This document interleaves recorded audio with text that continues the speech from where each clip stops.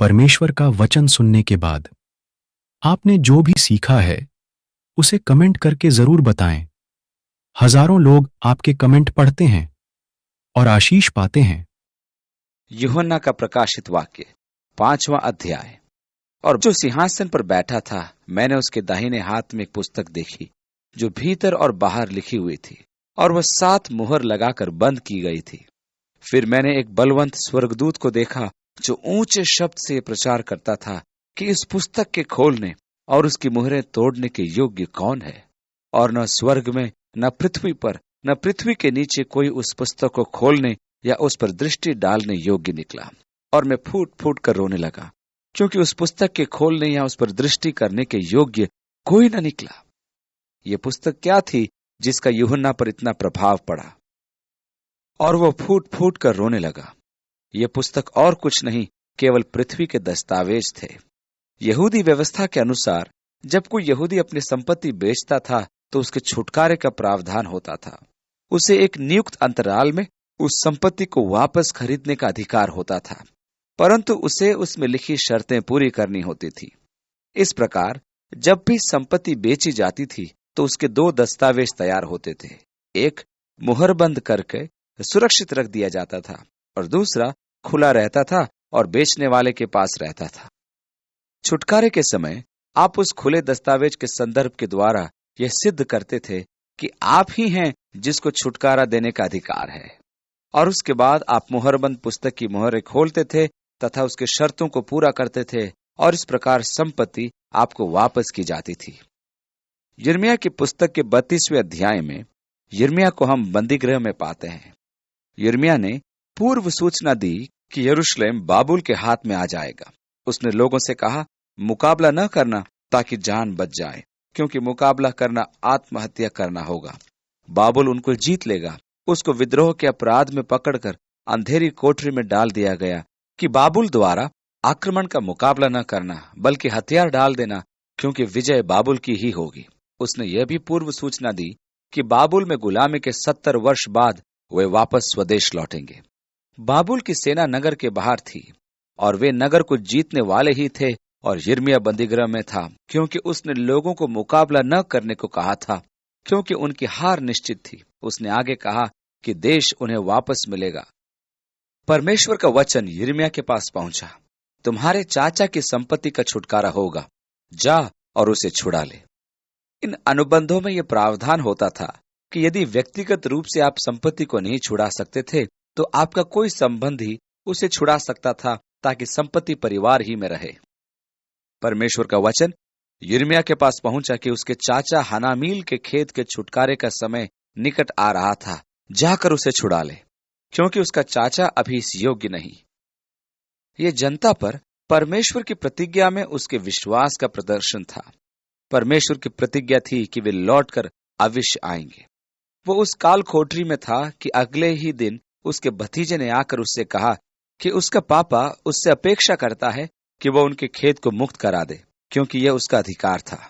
परमेश्वर तो उससे पहले ही कह चुका था कि वह अपने भाई के खेत को मुक्त करा ले। यही कारण है कि उसने अपनी पुस्तक में लिखवाया कि उसने उनमें से एक दस्तावेज को मुहर लगाकर बंद कर दिया, ताकि वे जब बंधुआई से लौटकर आएं तो वे उस भू भाग पर अपना अधिकार सिद्ध कर पाएं। इसका विवरण हमें यिर्मयाह के 32वें अध्याय में मिलता है। एक दस्तावेज पर मुहर लगा दी थी और दूसरी खुली थी। इस प्रकार वह दस्तावेज जिसे हम सिंहासन पर विराजमान के हाथ में देखते हैं, जिस पर 7 मुहरें हैं, वो पृथ्वी के दस्तावेज हैं। पृथ्वी वास्तव में सृष्टि के समय परमेश्वर की थी, और जो कुछ उसमें है वह भी सब परमेश्वर का था। उत्पत्ति 1:26 में हम देखते हैं कि परमेश्वर ने पृथ्वी का अधिकृत स्वामी आदम को बनाया था। आदम ने परमेश्वर की आज्ञा न मानी, इसलिए शैतान की प्रभुता में वो आ गया। इस प्रकार पृथ्वी शैतान के अधिकार में चली गई। पौलुस कहता है, वह शैतान इस जगत का ईश्वर है जिसने लोगों को अंधा कर दिया है। क्या आपको यीशु के आगमन का उद्देश्य पता है? कि पृथ्वी को मुक्त कराएं और पिता को सौंप दें। शैतान का यीशु पर सबसे पहला वार क्या था? यीशु की जंगल में परीक्षा लेना। पहली परीक्षा थी पत्थर को रोटी बनाना। शैतान ने उसकी एक और परीक्षा ली। वह यीशु को एक बहुत ऊंचे पहाड़ पर ले गया और उसे संसार का राज्य दिखाकर कहा, यदि तू मुझे साष्टांग प्रणाम करे और मेरी आराधना करे तो मैं तुझे ये सब दे दूंगा। ये सब मेरा है और जिसे चाहता हूं दे देता हूं। यीशु शैतान की घमंड भरी बातों का विरोध नहीं करता है।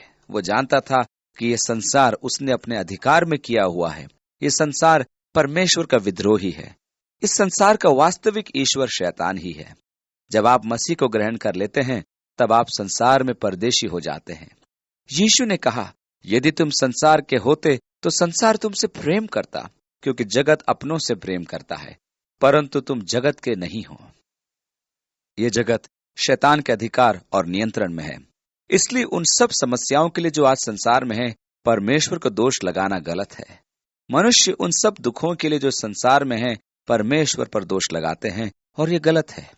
यदि परमेश्वर प्रेम का परमेश्वर है तो लोग पूछते हैं, तो लोग भूखे क्यों मरते हैं? उन्हें भयानक दुख क्यों सहना पड़ता है? यदि परमेश्वर प्रेम का परमेश्वर है तो बच्चे क्यों मारे जाते हैं? इत्यादि सवाल वे खड़ा करते हैं।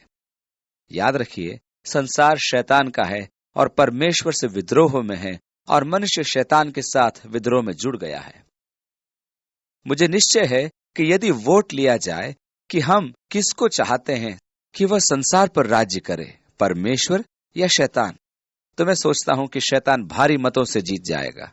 आप इस कथन को चुनौती दे सकते हैं, परंतु यदि शैतान को शरीर के उस भेष में कर दें जिसमें वो वास करता है, अर्थात सांसारिकता और आत्मिकता की तुलना करें, तो आपको चुनाव भी नहीं करना पड़ेगा। लोग अपने जीवन शैली से वोट देते हैं, और मैं कह सकता हूं कि जो शरीर के अनुसार जीते हैं वे संख्या में उनसे कहीं अधिक हैं जो आत्मा में जीते हैं। व्यक्ति तो अपने जीवन शैली से अपना वोट देता है और शैतान भारी मतों से जीतता है। धार्मिकता और आत्मिकता की जीवन शैली आज लोकप्रिय जीवन शैली नहीं है। ऐसा जीवन संसार से प्रशंसा और सराहना नहीं पाता है। यीशु इस संसार को छुड़ाकर इसका परमेश्वर से मेल कराने आया था। उसने छुटकारे का मूल्य चुकाया। छुटकारे का मूल्य क्या था? क्रूस पर बहाया गया उसका लहू। आप जब भी नए नियम में छुटकारे के लिए पढ़ते हैं तो उसका संबंध सीधा यीशु मसीह के लहू से होता है। वह मूल्य जो उसने संसार के छुटकारे के लिए दिया। जब आदम की आत्मिक मृत्यु हुई तो वह अपने पाप में मरा। परमेश्वर ने कहा कि जो पाप करेगा अवश्य मरेगा। उसने आदम से कहा, जिस दिन तू उसमें से खाएगा मर जाएगा। जब वो मरा तब वह अपने पापों के कारण मरा। आदम के बाद हर एक मनुष्य अपने पापों के कारण मरा। केवल एक मनुष्य था जिसने दूसरों के पापों के लिए जान दी। जो पाप रहित था केवल यीशु। पतरस ने कहा, हमारा छुटकारा सोने चांदी जैसी नाशवान वस्तुओं के द्वारा नहीं हुआ, परंतु यीशु मसीह के बहुमूल्य लहू के द्वारा हुआ है, जो एक निर्दोष व निष्कलंक मेमने के समान वध किया गया। उसकी मृत्यु वो मूल्य था जो संसार के छुटकारे के लिए दिया गया है। यीशु ने कहा, स्वर्ग का राज्य उस मनुष्य के समान है जो खेत में गया और धन देखकर आनंदित हुआ और जाकर अपना सब कुछ बेचकर खेत को मोल ले लिया ताकि उस धन को पाले। दृष्टांत में खेत का अर्थ संसार से है। यीशु ने कहा, खेत जगत है। किसी ने सब कुछ संसार को खरीदने के लिए दे दिया ताकि वह उस खजाने को उसमें से ले ले। कलीसिया उसका धन है। जिन्होंने उस पर विश्वास व भरोसा किया है, उन्हें समस्त संसार से छुड़ाने के लिए यीशु ने अपना रक्त बहा दिया। अब जब हम स्वर्गीय दृश्य में आते हैं तो ये छुटकारे का समय है। जब संपत्ति को छुड़ाया जाता था तो समय भी नियुक्त किया जाता था। व्यवस्था में एक और विशेष बात थी कि यदि आप और आपके परिवार के सदस्य संपत्ति को छुड़ाने योग्य न हो तो सदा के लिए उस संपत्ति पर से आपका अधिकार समाप्त हो जाता था और वह नए परिवार के स्वामित्व में सदा के लिए चला जाता था। छुटकारे का एक अवसर होता था और यदि वह समय खत्म हो जाए तो आप अपनी जमीन से वंचित हो जाते थे। अधिकांश दशाओं में छुटकारे का समय 7 वर्ष के बाद का होता था, जो मनुष्य के छुटकारे के समय के समान है। आप वहां 7 वर्ष से अधिक नहीं रह सकते थे। आज से लगभग 6000 वर्ष पहले मनुष्य पाप की गुलामी में चला गया और शैतान के हाथ बिक गया। अब उस पर शैतान का नियंत्रण हो गया, परंतु छुटकारा शीघ्र आ रहा है और प्रकाशित वाक्य में हम इसे पढ़ रहे हैं कि वह कुछ वर्षों में पूरा हो जाएगा। परमेश्वर ने उन 6000 वर्षों का निर्धारण किया है और ये एक बड़े प्रदर्शन द्वारा पूरा होगा। शैतान का 6000 वर्ष का राज्य पूरा हो जाएगा और उस समय पृथ्वी छुटकारे के लिए तैयार हो जाएगी। यही वह स्वर्गीय दृश्य है जिसको हम यूहन्ना के साथ देखते हैं। एक अद्भुत दृश्य। सिंहासन पर परमेश्वर अपनी पूर्ण महिमा में बैठा है। करूब उसकी आराधना कर रहे हैं और 24 प्राचीन प्रतिक्रिया दर्शाते हैं कि परमेश्वर ही उस आराधना के योग्य है। उसके दाहिने हाथ में एक पुस्तक है और स्वर्गदूत जोर से पुकार कर कहता है, कौन इस पुस्तक को खोलने और इसकी मुहरों को तोड़ने के योग्य है? और फिर बताया गया कि कोई नहीं। इसका क्या अर्थ है? यह कि संसार के छुटकारे की क्षमता किसी में नहीं है। आजकल हर 4 वर्ष में कोई ना कोई खड़ा हो जाता है और कहता है कि वे संसार को छुड़ा लेंगे। यदि आप उन्हें अपना मत देंगे या उनके साथ चलेंगे या उनकी आर्थिक सहायता करेंगे तो आप संसार को छुड़ा सकेंगे। मनुष्य मानव जाति के छुटकारे की कोशिश करता रहा है, परंतु कोई मनुष्य इस योग्य न निकला।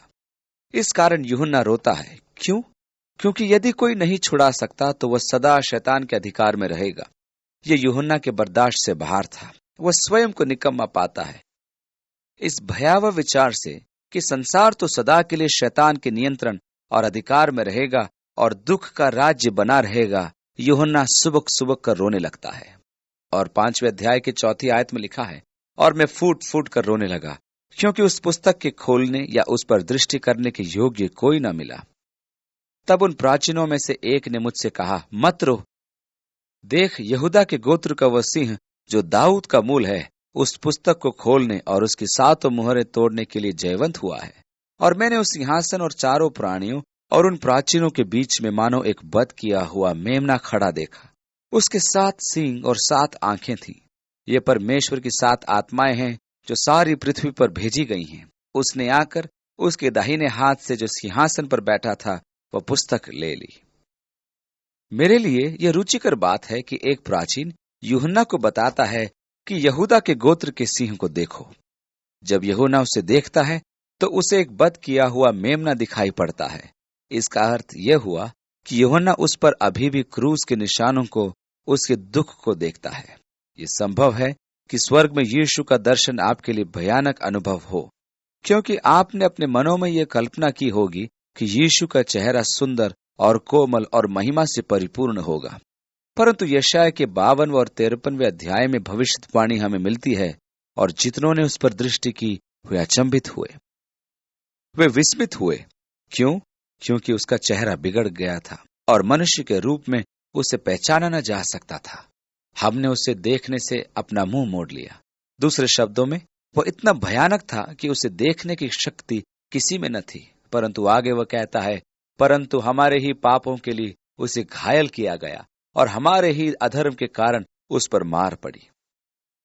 उसके जख्म, वे जख्म जो वह आपके लिए सहता है, क्योंकि आपके छुटकारे के लिए उसने ये मूल्य चुकाया। उसने आपके पापों का दंड सहा और आपके स्थान पर उसने अपनी जान दी। शायद स्वर्ग में हमें इस छुटकारे के काम को पूरा होने से पहले का दृश्य दिखाई देगा, जब हम उस पर दुखों के उन निशानों को देखेंगे जो उसने हमारे लिए सहे हैं, तो हम वहां खड़े नहीं हो सकेंगे। मैंने मुड़कर उसे बध किए हुए मेमने के समान जीवित प्राणियों के मध्य देखा। वह करूबों के तथा उन 24 प्राणियों के मध्य मेमना खड़ा था। और जब उसने पुस्तक ले ली तो वे चारों प्राणी और 24 प्राचीन उस मेमने के सामने गिर पड़े, और हर एक के हाथ में वीणा और धूप से भरे हुए सोने के कटोरे थे। ये तो पवित्र लोगों की प्रार्थनाएं हैं। पुराने नियम में जब याजक प्रतिदिन तंबू में पवित्र स्थान में जाता था तो वह एक सोने का कटोरा ले जाता था जो सोने की जंजीर से उससे बंधा होता था। वह उस कटोरे में धूप रखता था, और जब वेदी के पास से गुजरता था जहां बलिदान चढ़ाए जाते थे, और वहां एक जलता हुआ कोयला वेदी से लेकर कटोरे में धूप पर रख देता था, और इस प्रकार धूप का धुआं उठने लगता था। वह पवित्र स्थान में जाता था जहां धूप की वेदी थी, और वह इस कटोरे को वेदी के सामने हिलाता था, और सुगंध पर्दे के ऊपर से उठकर परमेश्वर की उपस्थिति में जो उसके पीछे थी जाती थी। और यह परमेश्वर को धूप चढ़ाना था जो लोगों की प्रार्थनाएं होती थी। बाइबल में ऐसी भी आयतें हैं जो हमारी प्रार्थनाएं सुगंध के रूप में परमेश्वर के पास ऊपर जाने के विषय में बताती हैं। अब 24 प्राचीन सक्रिय होते हैं जैसा याजक करते थे। वे इन सोने के सुगंध से भरे कटोरों को लेते थे जो कि पवित्र लोगों की प्रार्थनाएं हैं, और वे उन्हें परमेश्वर के सामने चढ़ाते थे। अभी हमारा छुटकारा पूरा नहीं हुआ।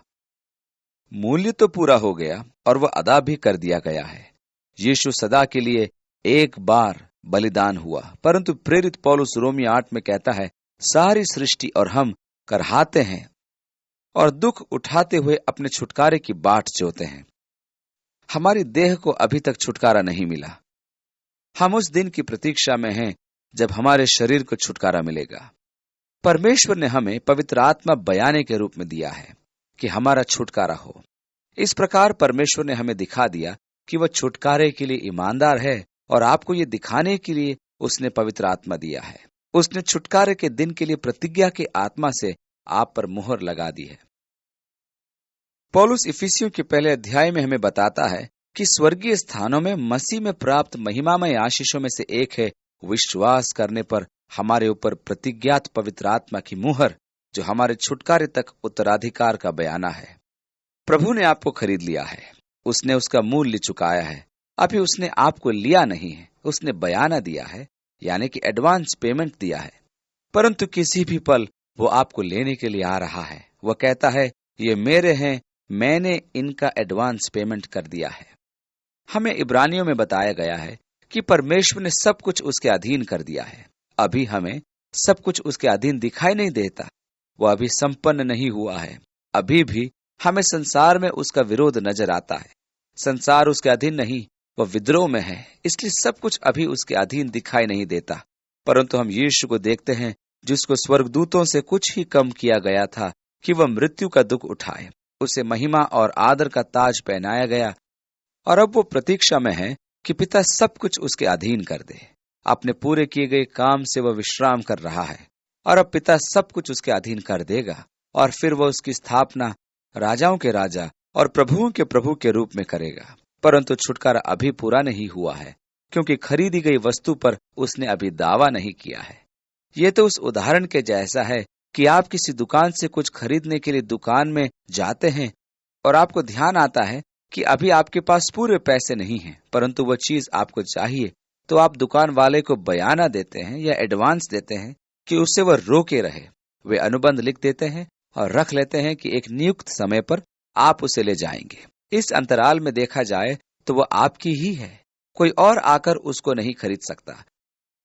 कोई और आकर ये तो कह सकता है कि ये मुझे चाहिए, परंतु वे कहेंगे, क्षमा कीजिए, ये बिक गई है, उसका बयाना दे दिया गया है। यही बयाना होता है, यानी कि एडवांस पेमेंट।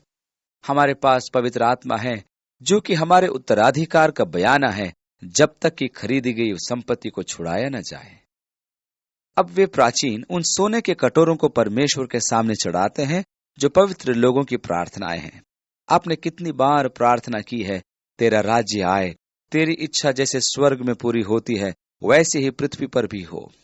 इस प्रार्थना का आपको अभी कोई उत्तर नहीं मिला होगा। कलीसिया सदियों से इस प्रार्थना को कर रही है, परंतु अभी उसका उत्तर नहीं मिला। इसका अर्थ यह नहीं कि परमेश्वर उसका उत्तर देना नहीं चाहता, परंतु परमेश्वर इस प्रार्थना का उत्तर देना चाहता है। केवल समय की बात है। अब समय आ गया है कि प्रार्थनाएं परमेश्वर के सामने लाई जाएं। पवित्र लोगों की प्रार्थनाएं कि तेरा राज्य आए, तेरी इच्छा जैसे स्वर्ग में पूरी होती है पृथ्वी पर भी पूरी हो। शीघ्र ही परमेश्वर की इच्छा इस पृथ्वी पर उसी प्रकार पूरी होने वाली है जैसे स्वर्ग में पूरी होती है। अब परमेश्वर के विरुद्ध विद्रोह न होगा। ओह, ये स्थान कितना महिमापूर्ण हो सकता है कि यदि हरेक कोई उस प्रकार रहे जैसा परमेश्वर चाहता है। हम आपस में प्रेम, धार्मिकता और मेल के साथ काश रहें, क्योंकि परमेश्वर का राज्य खाना पीना नहीं, परंतु धार्मिकता, शांति व आनंद है। पृथ्वी सबके लिए पर्याप्त भोजन उत्पन्न करती है, परंतु खास बात यह है कि हम साधनों का प्रयोग व प्रबंध सही तरीके से नहीं करते। हम गलत उद्देश्यों से उनका प्रयोग करते हैं, परंतु जब यीशु आकर अपने राज्य की स्थापना करेगा तो हम पृथ्वी को उस रूप में देखेंगे जैसा परमेश्वर की इच्छा थी। पृथ्वी धार्मिकता से ऐसी भर जाएगी जैसे समुद्र पानी से भरा रहता है। और 5वें अध्याय की 8वीं आयत, और वे एक नया गीत गाने लगे कि तू इस पुस्तक के लेने और उसकी मुहरें खोलने के योग्य है, क्योंकि तूने बद होकर अपने लहू से हर एक कुल और भाषा और लोग और जाति में से परमेश्वर के लिए लोगों को मोल लिया है। 8वीं आयत में आगे लिखा है, तू ही इस पुस्तक को लेने और उसकी मुहरें खोलने के योग्य है, क्योंकि तूने बद्ध होकर अपने लहू से हर एक कुल और भाषा और लोग और जाति को छुड़ाया है। अब प्रश्न यह है कि कौन इस गीत को गा सकता है? क्या यह छुटकारे पाए इज़राइल का गीत है? नहीं, क्योंकि इन लोगों का हर कुल, भाषा, जाति से लिया गया है। निश्चय ही यह गीत स्वर्गदूतों का नहीं है। अब एक ही समूह रह जाता है, कलीसिया, जिसमें संसार की सब जातियां, लोग, गोत्र और भाषाओं से लोग हैं जिन्होंने मुक्ति प्राप्त कर ली है। उनका छुटकारा यीशु मसीह के द्वारा हुआ, क्योंकि उसमें न तो यूनानी रहा, न यहूदी, न खतना, न खतना रहित, न जंगली, न स्कूती, न दास और न स्वतंत्र। केवल मसीह सब कुछ और सब में है। ये यीशु मसीह में ये एक बड़ा परिवार है जो उसके लहू द्वारा छुटकारे का गीत गाता है। इससे एक बड़ी रुचिकर बात निकलती है कि क्लेश के समय कलीसिया पृथ्वी पर न होगी। निश्चय ही प्रभु हमें नीचे वापस नहीं भेजेगा कि हम क्लेश में से गुजरें और फिर रैप्चर या स्वर्गारोहण होगा। और उन्हें हमारे परमेश्वर के लिए एक राज्य और याजक बनाया और वे पृथ्वी पर राज्य करते हैं। यीशु उनसे लोहे के राजदंड को पकड़कर फिर प्रतिज्ञा करता है कि जो जय पाते हैं वे उसके साथ उसके राज्य में राज्य करेंगे। ये प्रतिज्ञा थुआतीरा की कलीसिया के लिए है। 11वीं आयत में, और जब मैंने देखा तो उस सिंहासन और उन प्राणियों और उन प्राचीनों के चारों ओर बहुत से स्वर्गदूतों का शब्द सुना, जिनकी गिनती लाखों और करोड़ों में थी। 10,000 गुणा 10,000 कितना होगा? 10 करोड़। हजारों हजार अर्थात 10 लाख कितने छुड़ाए हुए स्वर्ग में होंगे मैं नहीं जानता, परंतु सचमुच एक बड़ी भीड़ वहां होगी। सब मसीह में एक होंगे और प्रभु की महिमा करते रहेंगे। और 12वीं आयत में लिखा है, और वे ऊंचे शब्द से कहते थे कि बद किया हुआ मेमना ही सामर्थ और धन और ज्ञान और शक्ति और आदर और महिमा और धन्यवाद के योग्य है। स्वर्गदूत और कलीसिया दोनों मिलकर इस गीत के कोरस को गाते हैं, परंतु स्वर्गदूत पद को नहीं गा सकते, क्योंकि उन्होंने यीशु के लहू द्वारा छुटकारा नहीं पाया है। उन्हें मालूम नहीं, परंतु जब हम कोरस पर आकर उसकी सामर्थ, धन, ज्ञान, शक्ति, आदर, महिमा व आशीष पाने की योग्यता पर आते हैं तो वे कोरस में शामिल हो जाते हैं। फिर मैंने स्वर्ग व पृथ्वी पर और पृथ्वी के नीचे और समुद्र की सब सृजी हुई वस्तुओं को और सब कुछ को जो उनमें है यह कहते सुना कि जो सिंहासन पर बैठा है उसका और मेमने का धन्यवाद और आदर और महिमा और राज्य युगान युग रहे। और चारों प्राणियों ने आमीन कहा और प्राचीनों ने गिरकर दंडवत किया। ये स्वर्गिक स्थान का वह दृश्य है जो मुक्ति का है।